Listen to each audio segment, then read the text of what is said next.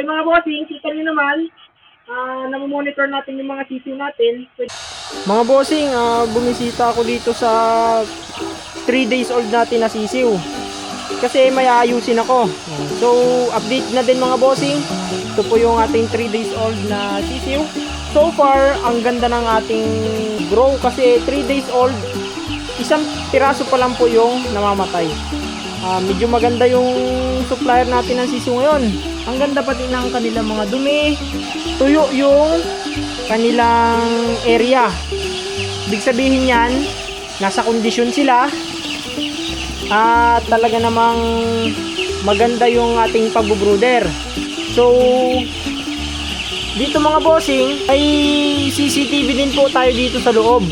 Para kahit nasa malayo tayo, namomonitor ang ating pagbo-brooder, namomonitor yung mga anong nangyayari kapag nag-iintindi yung ating mga bogart.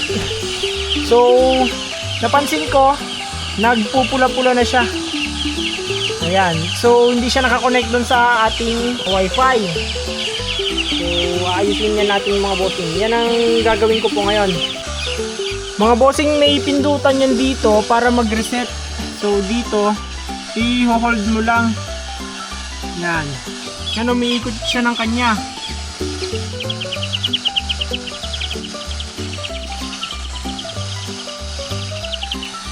Yan, tapos pwede na natin siyang set up dun sa kanyang software. May app yan mga bossing. Tapo mga bossing yan, yung C200 nila na variant.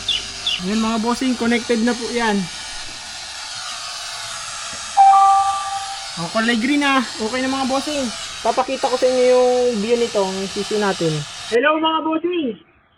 Ayan. Okay na yung ating CCTV, naayos ko na. Ito yung sample video niya. Diyan sa camera, ipapakita ko sa inyo. Okay mga bossing, kita nyo naman, namomonitor natin yung mga sisiw natin. Pwede natin ipagalawin pa yan kung saan dun sa area na yan natin sila gusto makita. So, monitor natin kahit nasa malayo tayo. Ganyan ka-advance ang ating technology ngayon mga boss. Ina-adapt natin into farming. So, yun lang mga bossing. Okay na ang ating CCTV. Namomonitor ko na ulit sila. Kahit na mga bossing may bogart ako dito, minomonitor ko pa din sila. So katulad nito, ramdam ko na mainit na, wala pa yung aking mga bogart. Baka hindi pa nila nararamdaman yung init. Bilang may-ari ng poultry mga bossing, hands-on din ako dito kasi bago pa man sila naging boy ko, ako lahat ang gumagawa nito. Kaya alam-alam ko, ramdam ko na yung pakiramdam ng mga sisiw. Ayan mga bossing, papakawangin lang natin ng ganyan. Dito din sa kabila, ito pa. Tapos ipapabalik natin ito sa kanila mamayang gabi. Kanya-kanya tayo mga bossing ng pamamaraan ng pag-brooding ha. Baka sabihin nyo, binubuksan ko agad 3 days old pa lang.